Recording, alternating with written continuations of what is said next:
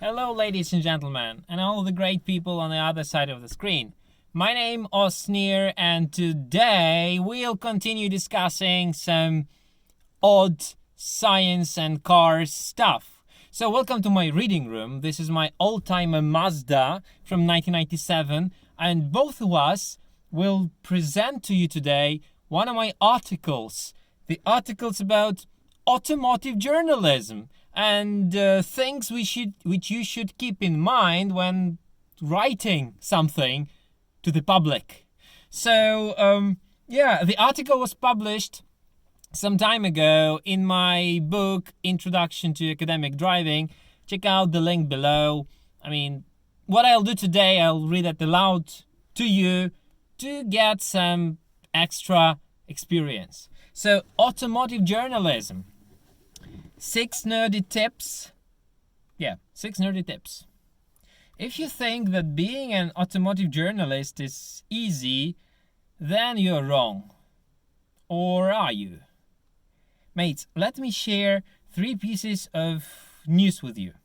Maybe some be of your interest.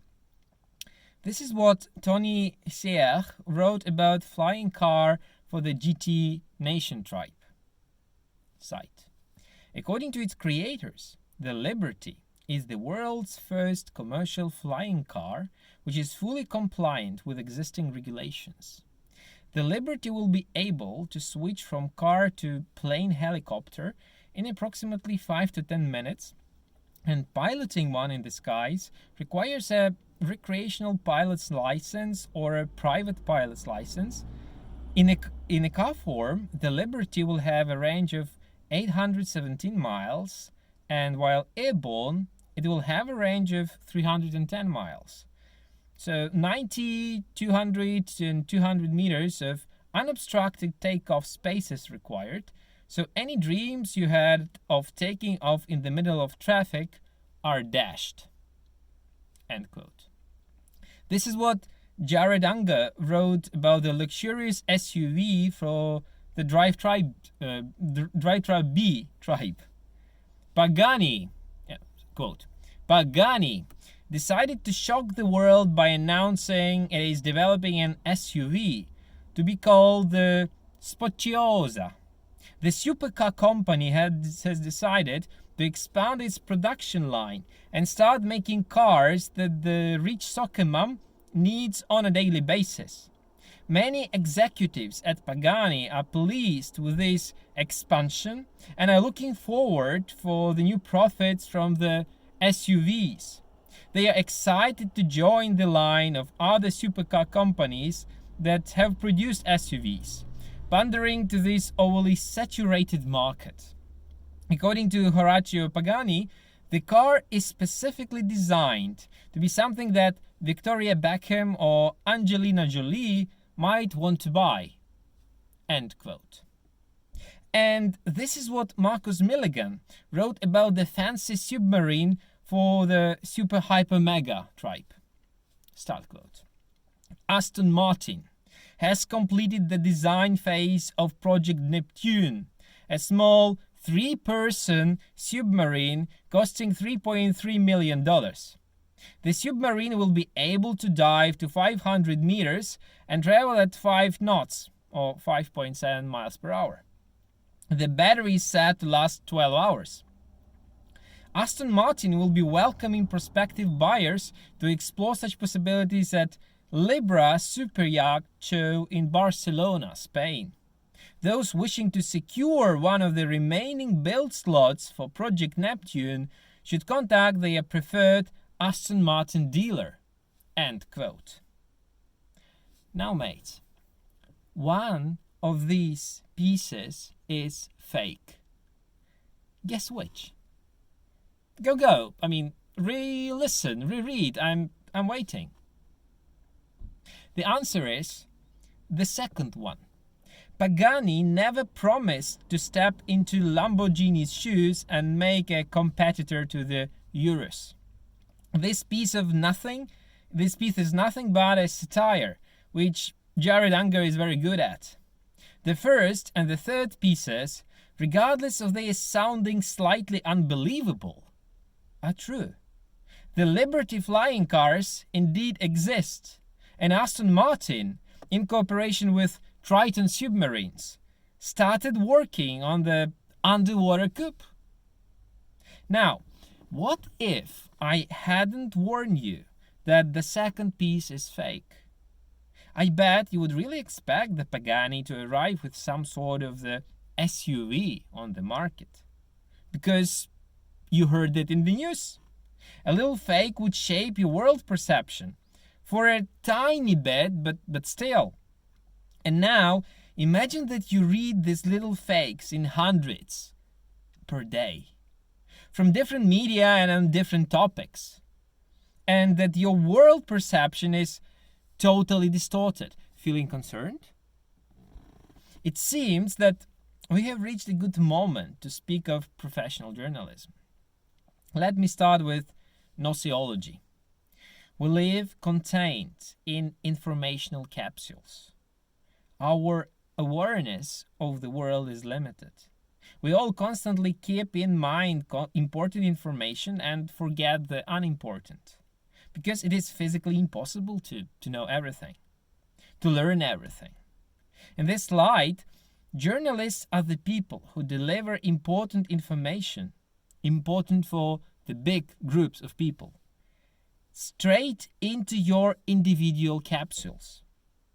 By default, we'll treat this delivery as trustworthy, because we have no time to check the incoming information, because we lack the skills and competences to check it appropriately, and because it comes from journalists whose job is informing us. In this respect, journalists need to meet a very burdensome challenge, which is filling in the individual capsules, very tight and very specific capsules, with general information about the world, medicine, technologies, environment, IT, wars, politics, and other issues. This should be important information, allowing us to navigate through that world. Therefore, double-checking everything is of a paramount importance for journalists. Credibility should go above attractiveness of the clickability. Posting fake news and when uncovered claiming that I'm just the messenger, it's not enough, especially if you write about cars which have a role to play in everyone's life. So, here is my first tip. If you decide to do some professional journalism, be aware that your consumers will rarely check the information you deliver. They will trust you because you call yourself the journalist. And they will use this information, and they will fail massively if you underperform. And your professional brand will fail with them. Then we have the semiotics of message. Journalists as human beings are selective in how and what they inform about. They play with different words and phrases to deliver information in the most precise or fun manner. But consumers really see the world in the same way as journalists portrayed it. Consumers are also human beings who decode media messages independently, without being able to discuss the obscure details with journalists. Thus, consumers may award the incoming messages with slightly or completely different meanings, ones not expected by the journalist. For example, if you write, quote, I saw an extravagant green car on a busy street, end quote, you could have seen a British racing green D-type Jaguar parked somewhere in London's Knightsbridge, while the consumer may imagine a turquoise Tata Nano crawling in jams through the bazaar in Calcutta.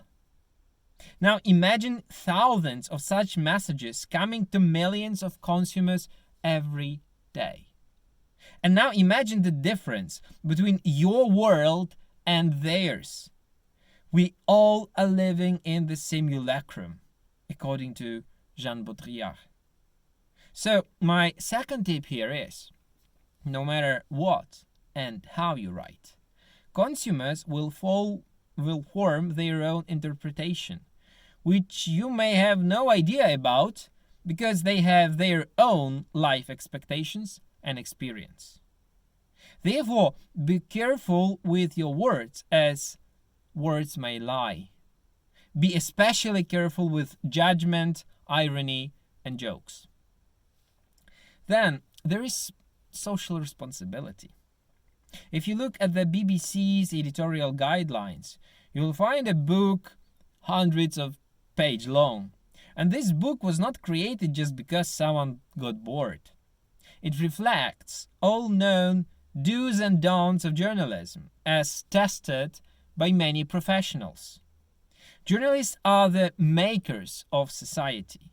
They penetrate into the informational capsules and make thousands of people behave and think in similar ways.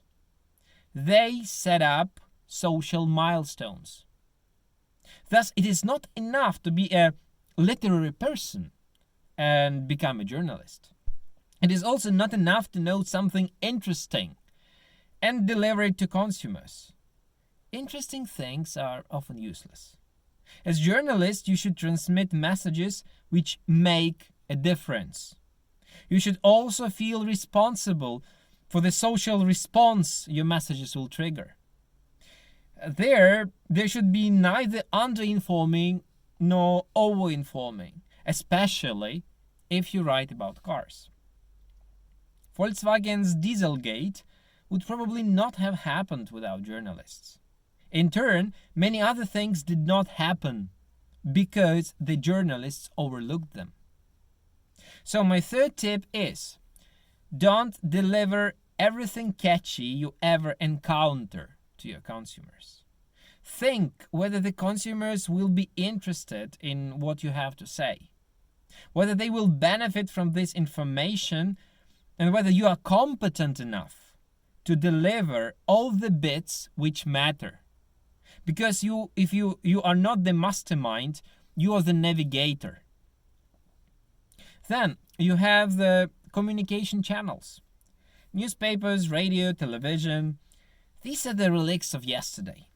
We live in the era of the social or new media.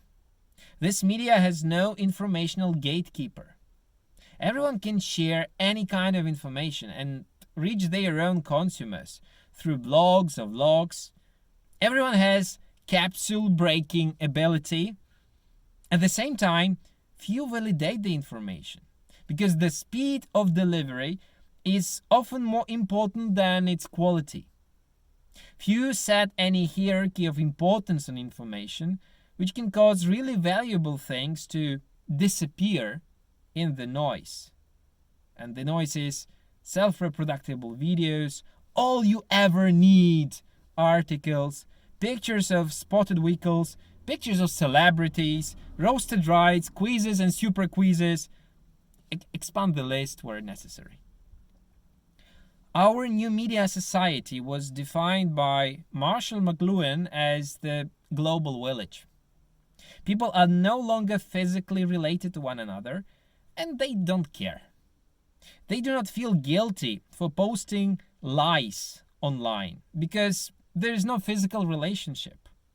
The world shrinks into the screens of our smartphones, which are the only virtual link to the only virtual reality. This said, here you have my fourth tip. Bloggers and vloggers are not journalists. They may be, but they are not by default. Above all, they are the global village poobahs. And poobahs are not always the best community members. Or are they? Then you have contemporary consumers. They are often spoiled, overdosed, and uncritical. The amount of information they receive from media is immense, dozens of times bigger than it was 10 years ago. It is thus very easy to get lost and disoriented. or to mistreat credible messages because they look so similar to what the swanky bloggers say. All this causes contemporary consumers to lose their grip on the real world. Fake news look like the truth and vice versa. Important and non-important bits get intermixed. And then we end up with the flat earthers or Pagani SUV worshippers or hardcore Trump voters, because apparently he's the only trusted Twitter god. Alvin Toffler predicted that in 1970s. He warned that people of the 21st century would suffer from future shock. According to Toffler, people would be victimized by reality becoming too changeable and unstable. The unceasing digitalization and informatization would lead to a crisis of tradition and continuity. This, in turn, would make us afraid of the event of even more unpredictable future, and make them and us lock ourselves, deeper inside our informational capsules. In this light, a bunch of good car articles can become an informational middle ground. They can relieve the future shock. Good car articles will allow people to escape from their stressful realities, both physical and virtual, to open the capsule for the new knowledge. Therefore, mates, if you go into car journalism, be ready to do some social therapy. Here you have my fifth tip. Contemporary consumers are often lost. They are overloaded with incoming information and hard to reach. Therefore, on the one hand, they require more than the usual messages that something happened. On the other hand, they will follow clickbait to get new information, unless they are looking for something specific.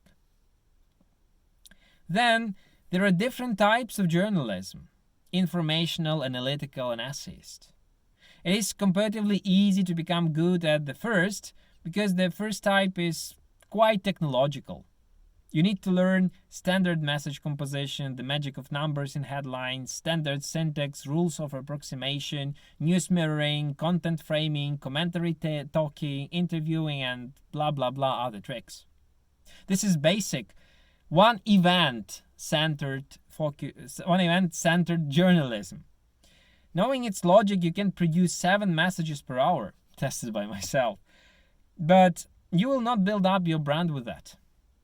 Brand building journalism is about precision, engagement, and added value. It is not only about something happened, but also about why this something is important and how it impacts people. Pieces of knowledge about the external world brought by journalists to individual capsules should be presented in a consumer-oriented way. As one of my professors once said, dry facts are not sexy. If you can make facts sexy, then your brand will be born. Consumer orientation can take a lot of guises, from original storytelling to original analysis. Look at the Grand Tour. Jeremy Clarkson, James May, and Richard Hammond hit records for viewers' engagement. And they became the most renowned automotive journalists not only because they could tell car stories, but because their stories were not only about cars. They opened a broader world to the Grand Tour viewers, literally. I hope you remember that traveling tent from season 1, don't you? Here comes my 6th and final tip. Informational journalism is easy to do, but it will be unlikely to bring you the brand. To build the brand, you should go beyond cars and spill knowledge about the external world. Consumer adjusted, consumer entertaining, and consumer important knowledge. Now, forget everything I told you. Because you heard that on my YouTube channel. And YouTube channels, they are full of fakes. Pagani may actually build Spocciosa soon. Ladies and gentlemen, and all the great people on the other side of the screen, I hope you liked this story. I hope you broadened your horizon. If you are interested in more stories of this kind, just consider checking links below to my books and consider subscribing to my channel because I'll be updating things regularly. Thank you for being with me and have a nice day.